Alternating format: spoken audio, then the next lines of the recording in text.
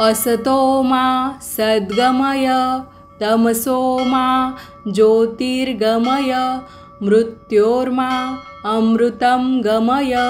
ओम शांती शांती शांती। नमस्कार मंडळी, मी शीतल आणि तुम्ही पाहताय दिल्लीकर मराठी। तुम्हा सर्वांना जन्माष्टमीच्या आणि चौथ्या श्रावणी सोमवारच्या खूप साऱ्या शुभेच्छा। 26 ऑगस्ट 2024 श्रावणाचा चौथा सोमवार आणि याच दिवशी जन्माष्टमी सुद्धा आलेली आहे। हरी आणि हर यांची एकत्रित पूजा करण्याची संधी किंवा हा भाग्यवान दिवस आपल्या सर्वांना मिळालेला आहे। तर या दिवशी आपण काय करावं, काय करू नये, पूजा करताना कोणत्या चुका टाळाव्यात, या सर्व गोष्टींची माहिती मी तुम्हाला या व्हिडिओतून देणार आहे। आणि ज्यांना अगदी म्हणजे सुतक वगैरे असेल, मासिक धर्म असेल किंवा काही विशिष्ट असं कारण असेल की ज्यामुळे पूजा करणं किंवा उपवास करणं यापैकी काहीच जमलं नाही, तर अशा सर्वांनी या दिवशी काय करावं हे सुद्धा तुम्हाला याच व्हिडिओत माहिती होईल।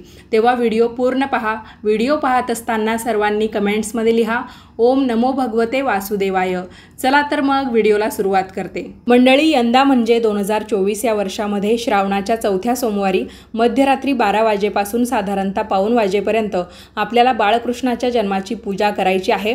आपण या सणाला गोकुळ अष्टमी, कृष्ण जन्माष्टमी या नावांनी ओळखतो। तर नक्की आपण पूजा करायला हवी। यंदाच्या वर्षी आपल्याला 45 मिनिटांचा मुहूर्त मिळालेला आहे। तर मग तेवढ्या वेळेत आपण पूजा करून घ्यायची। दिवसभरामध्ये आपल्याला काय काय तयारी करावी लागते ती सगळी करून ठेवायची। त्याचबरोबर हा जो उपवास असतो तो तुम्हाला दिवसभर करायचा असतो। तुम्ही वर्षभर एकाही एकादशीचा उपवास समजा करत नसाल, पण श्रीकृष्ण जन्माष्टमी जर तुम्ही केली तर तुम्हाला वर्षभराच्या 24 एकादशी केल्याचं पुण्य मिळतं।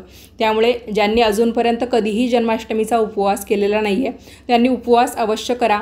आणि ज्यांना उपवास करायचा नाही, फक्त पूजा करायची आहे, तसं केलं तरीसुद्धा चालतं। तर बाळकृष्णाच्या जन्माची पूजा ज्याच्या घरी होते तर हे केल्याने काय होतं, तर बघा आपल्या घरामध्ये समजा सतत क्लेश कलह होत असतील, भांडणं होत असतील, प्रत्येक घरामध्ये छोट्या मोठ्या कुरबुरी असतात, पण काही घरांमध्ये या गोष्टींमुळे अजिबात सुख लाभत नाही असंही घडतं। तर तुम्ही कृष्ण जन्माष्टमीची पूजा अगदी मनोभावे करून बघा। तुमच्या घरांमध्ये एकमेकांबद्दलचं जे काही प्रेम आहे सदस्यांमधलं तर ते सुद्धा वाढीस लागेल। घरातील लहान मुलाबाळांना सुद्धा यामुळे आनंद मिळेल। आणि सगळ्यात महत्त्वाची गोष्ट, काही घरी काही दाम्पत्यांना अजिबात संतान सुख नसतं, भरपूर प्रयत्न केलेले असतात पण संतान प्राप्ती काही होत नाही। आणि ज्यांना संतान प्राप्ती नाही आहे त्यांचं एक दुःख आपण म्हणजे समजू शकतो की अशा दाम्पत्यावर काय बितत असेल किंवा त्यांना काय वाटत असेल की आपल्याला सुद्धा एखादा का होईना मुलगा मुलगी काहीतरी पाहिजे होतं। तर तुम्ही बाळकृष्णांची या दिवशी मनोभावे सेवा करा। तुम्ही स्वतः जोडप्याने मिळून बाळकृष्णाच्या मूर्तीला अभिषेक करा, पाळण्यामध्ये बसवा। पाळण्याची दोरी तुम्ही पती पत्नी हातामध्ये धरून बाळकृष्णाच्या त्या पाळण्याला तुम्ही झोका द्या आणि मनापासून तुम्ही बाळकृष्णाकडे एवढंच मागा की आम्हाला एक का होईना तुमच्यासारखा पुत्र किंवा एखादी का होईना राधेसारखी कन्या नक्की येऊ द्या आणि आम्ही तुमची नेहमी सेवा करत राहू। आपण जे काही अगदी मनापासून देवाकडे मागतो तर ते आपल्याला कधी मिळत नाही, असं कधी होत नाही। म्हणजे आपण केलेली प्रार्थना कधीही वाया जात नाही। त्यामुळे मग बाळकृष्णाची ही पूजा आपण अवश्य करावी। त्याचबरोबर या दिवशी तुम्ही गायीची सेवा करा। एखाद्या गोशाळेमध्ये जा, तिथे गायींसाठी किंवा गोशाळेमध्ये जे काही असतं म्हणजे बैल असतील, गायी असतील किंवा जेही प्राणी असतील छोटे मोठे, तर त्या सगळ्यांची तुम्ही सेवा करायची आहे। त्यांच्यासाठी चारा पाणी तुम्ही घेऊन जाऊ शकता किंवा मग चारा पाण्यासाठी तुम्ही तिथे पैसेसुद्धा दान करू शकतात जर तुमची इच्छा असेल तर। त्याचबरोबर तुम्हाला जर तुमच्या घरी गायीची मूर्ती आणायची असेल तर तीही तुम्ही आणू शकता। पण गायीची मूर्ती आणताना ती कशी आणायची, तिच्याबरोबर एक छोटंसं तिचं बछडंसुद्धा असलं पाहिजे, म्हणजे वासरूसुद्धा असलं पाहिजे। अशा पद्धतीची गायीची मूर्ती तुम्ही आणायची, जेणेकरून एकादशी असेल किंवा पुढे जाऊन वसुबारस येते दिवाळीच्या वेळा, तेव्हासुद्धा तुम्हाला तिची पूजा करता येईल। त्याचबरोबर तुम्हाला जर काही अजून वस्तू घ्यायच्या असतील आपल्या या श्रीकृष्णांशी किंवा विष्णूंशी संबंधित, शंख असेल, कासव असेल, तर या गोष्टीसुद्धा तुम्ही घेऊ शकता। तुळशीची माळा तुम्हाला घ्यायची असेल तर तीही तुम्ही या दिवशी घेऊ शकता। छोट्या छोट्या मुलांना तुम्ही या दिवशी बासरी देऊ शकता। खेळण्यांमध्ये खास करून मग तुम्हाला हत्ती, घोडा, त्याचबरोबर गाय यासारखी खेळणी आणावी लागतील।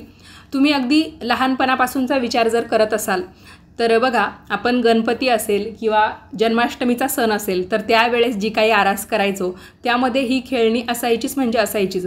तर त्याचासुद्धा काहीतरी अर्थ होता। आपले जे श्रीकृष्ण होते तर ते गोपालक होते। ते गोकुळ नगरीमधील आपल्या सवंगड्यांबरोबर गाई गुरं पाळायला जायचे, त्यांची सेवा करायचे. म्हणूनच श्रीकृष्णांचा आपण आजही फोटो मूर्ती जे काही बघतो तर त्यांच्या पाठीमागे तुम्हाला गाई गुरं दिसतील म्हणजे दिसतील.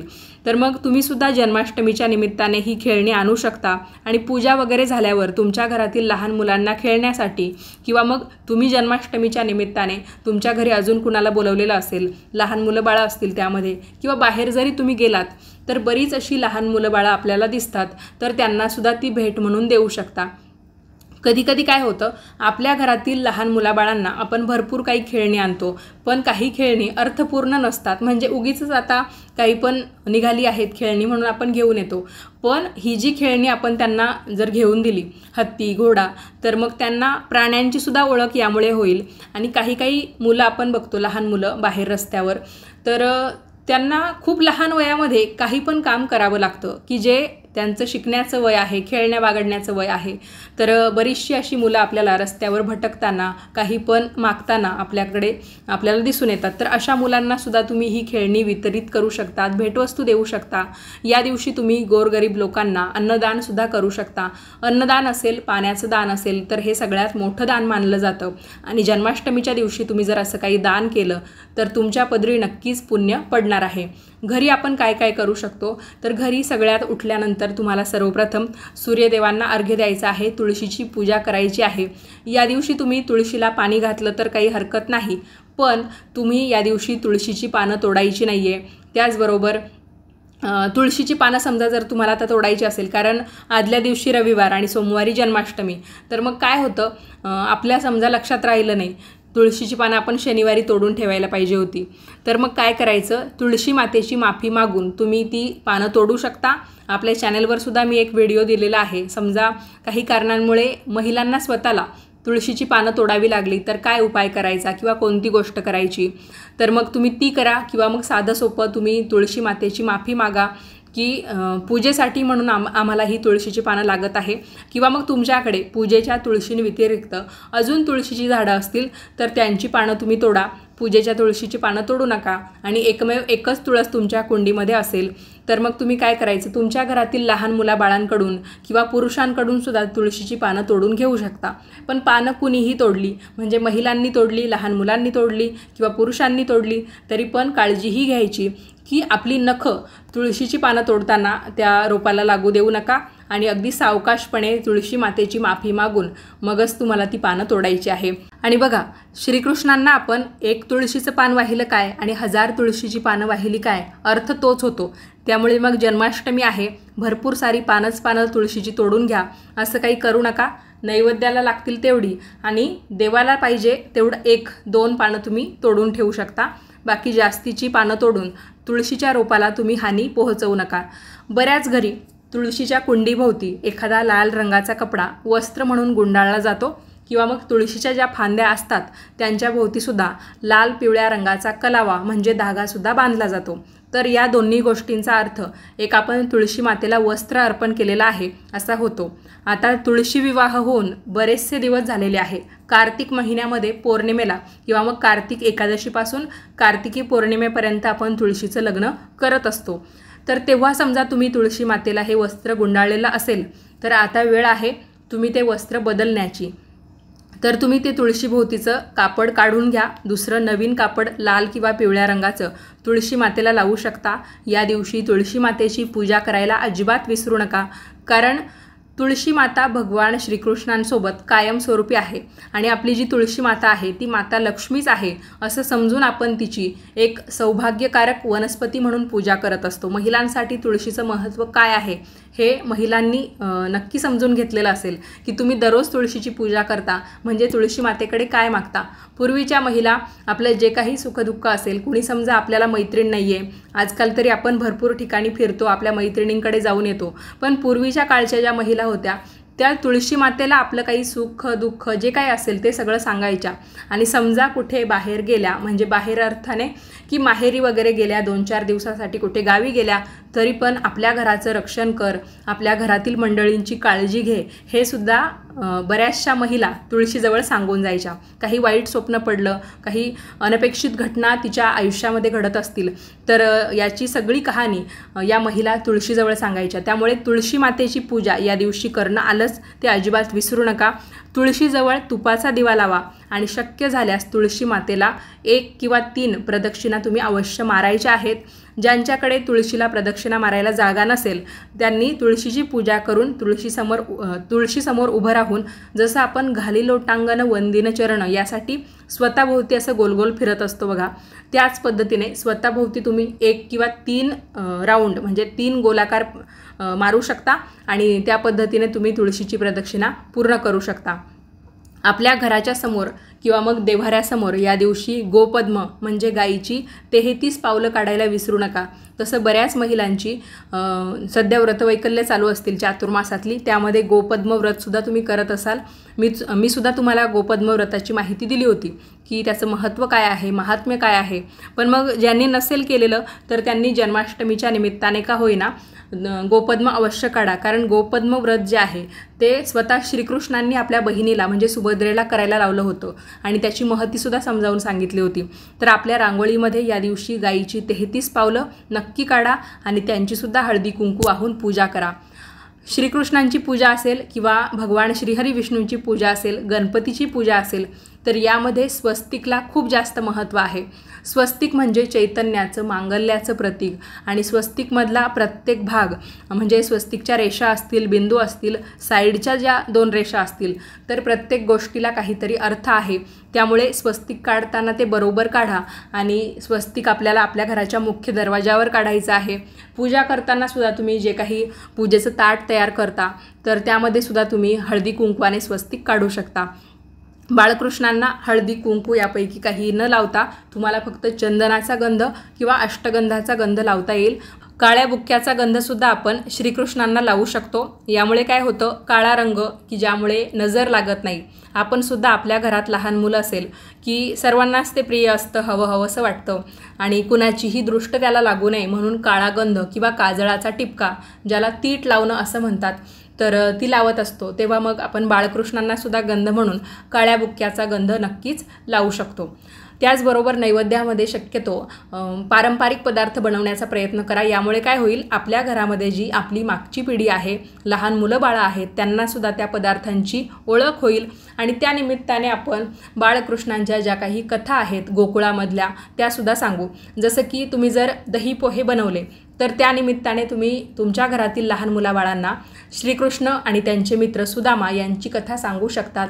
जसं की श्रीकृष्ण आणि सुदामा हे सांदीपनी ऋषींच्या आश्रमामध्ये शिकण्यासाठी होते आणि तिथे त्यांची घट्ट मैत्री झाली आणि श्रीकृष्ण जेव्हा राजा झाले तर हा सुदामा होता तर तो त्यांना भेटायला गेला आणि त्यांच्याबरोबर त्यांच्या पत्नीने एक पोह्यांची पुरचुंडीसुद्धा बांधून दिली होती आणि ते विचार करत होते श्रीकृष्ण आता राजा झालेला आहे, आपल्याला ओळखेल की नाही. तरी पण श्रीकृष्ण इतके महान होते, त्यांनी गरीब श्रीमंत किंवा उच्च नीच असा कधीच भेद केला नाही. म्हणूनच तर ते गोकुळातल्या गोरगरीब लोकांच्या सोबत त्यांच्या मुलाबाळांसोबत सुद्धा आनंदाने खेळले. त्याचबरोबर त्यांची जी मैत्री होती सुदामाबरोबर ती सुद्धा ते कधीच विसरले नाही. त्यामुळे मग जरी सुदामा त्यांना भेटायला गेले तरी पण त्यांनी कडकडून मिठी मारली आणि वहिनींनी मला काय दिलेलं आहे मला दाखव. आणि ते बघितल्यावर त्यांनी जे काही पोहे बांधून आणले होते एका छोट्याशा गाठोड्यामध्ये तर ते सुद्धा या श्रीकृष्णांनी आनंदाने खाल्ले. तर अशी एक छोटीशी कथा आहे, तुमच्यापैकी बऱ्याच जणांना माहिती असेल. तुमच्या घरातील लहान मुलाबाळांना तुम्ही ती नक्की सांगा. त्याचबरोबर जन्माष्टमी आणि श्रावणी सोमवारचा उपवास तुम्हाला दिवसभर करायचा आहे. रात्री जन्माष्टमीची पूजा होईल तर नैवेद्यामधला एखादा असा पदार्थ तुम्ही खाऊ शकता की ज्यामुळे तुमचा उपवास सुटेल, तुमचं जन्माष्टमीच्या व्रताचं आणि श्रावणी सोमवारच्या व्रताचं पारण होईल. आणि जर तुम्हाला रात्री उपवास सोडायचा नसेल तर मग तुम्ही दुसऱ्या दिवशी म्हणजे जसं आपण एकादशीचा उपवास करतो, द्वादशीला तो सोडतो, त्या पद्धतीने दुसऱ्या दिवशीसुद्धा तुम्ही हा उपवास सोडू शकता. तुम्हा सर्वांना माहितीच आहे श्रीकृष्णांच्या पूजेमध्ये त्यांच्या नैवेद्यामध्ये तुळशीपत्र असणं किती आवश्यक आहे. नैवेद्याचं चला की आपण जेव्हा नैवेद्य प्रसाद म्हणून खातो तर तुळशीपत्रसुद्धा त्यामधून खाऊन घेऊ शकतो. पण श्रीकृष्णांच्या समोर आपण जी तुळशीची पानं वाहिलेली असतात तर त्या पानांचं काय करायचं हा प्रश्न तुम्हाला नक्की पडणार. कारण जरी पानं सुकली तरी पण आपण ती त्यांच्याजवळ राहून देऊ शकतो. कितीही सुकलेली पानं असली तरी आपण ती बाळकृष्णांना नक्की वाहू शकतो, असा नियम आहे. पण मग जास्तीची तुळशीची पानं आपण वाहतो आणि आपल्या घरी तुळससुद्धा असते, तर मग कधीकधी आपल्या मनामध्ये असा विचार येतो की सुकलेली पानं कशाला ठेवायची, आपण ताजी पानं देवाला वाहूया. तर मग ही जी सुकलेली तुळशीची पानं असतात ती तुम्ही तुमच्या पिठाच्या डब्यामध्ये टाका. बाजरीचं पीठ असेल, गव्हाचं पीठ असेल, डाळीचं पीठ असेल, कोणत्याही डब्यामध्ये तुम्ही ही तुळशीची पानं मिक्स करून देऊ शकता आणि त्यामध्ये ती पानं आपोआप वाळून जातील आणि त्यांचा चुरासुद्धा त्यामध्ये होऊन जाईल. आणि कधीकधी तुमचे अन्नपदार्थ बनवताना ते तुळशीचे पानं पदार्थांमध्ये आलं तरी पण काही बिघडणार नाही, म्हणजे त्यामध्ये तर औषधी गुणधर्मच असणार आहे. तसं पण आपण दुसऱ्या दिवशी जी काही दहीहंडी साजरी करतो तर तेव्हासुद्धा दहीहंडीचं जे काही खापर असतं, म्हणजे मडक्याचा जो काही फुटलेला तुकडा असतो, तो सुद्धा आपण आपल्या घरी आणावा आणि आपल्या घरामध्ये पिठाच्या डब्यामध्ये टाकावा किंवा कुणी कुणी तिजोरीमध्ये ठेवतं. म्हणजे आता प्रत्येक गावात, प्रत्येक भागामध्ये या बाबतीत वेगवेगळ्या आख्यायिका आहे, त्यानुसार तुम्ही करू शकता. आणि जे कुणी या दिवशी बाहेर आहे, म्हणजे आता सध्या कसं श्रावण महिना चालू आहे, बरेच जण दर्शनासाठी दूर दूर जातात, मग घरी काही पूजा वगैरे करणं शक्य होत नाही किंवा काही जणांना वेगळीच काही अडचण असते, डिलिव्हरी वगैरे झालेली आहे किंवा काही आजारपण आहे, उपवास करता येत नाही किंवा काही जणांना सुतक वगैरे असेल तरी पण पूजा वगैरे करणं या दिवशी जमणार नाही आहे. तर अशा तुमच्या अडचणी असतील तर मग तुम्हाला समजा एक खंत राहील तुमच्या मनामध्ये की आपल्याला या दिवशी तर काहीच करता आलं नाही, तर तुम्ही फक्त गीतेची 18 नावं मनापासून म्हणालात तरी पण तुम्हाला हे सर्व जे काही आपण करतो जन्माष्टमीच्या दिवशी तर त्या सगळ्या गोष्टींचं पुण्य मिळून जातं. मी तुम्हाला गीतेची 18 नावं सांगते, ती तुम्ही या दिवशी म्हणू शकता. श्रीमद भगवद्गीता म्हणजे साक्षात भगवान श्रीकृष्णांनी गायलेलं गीत आहे, म्हणूनच त्यांच्या नावावरून या गीतेला श्रीमद भगवद्गीता असं नाव दिलेलं आहे. भागवत किंवा भगवत या नावांनी आपण या गीतेला ओळखत असतो.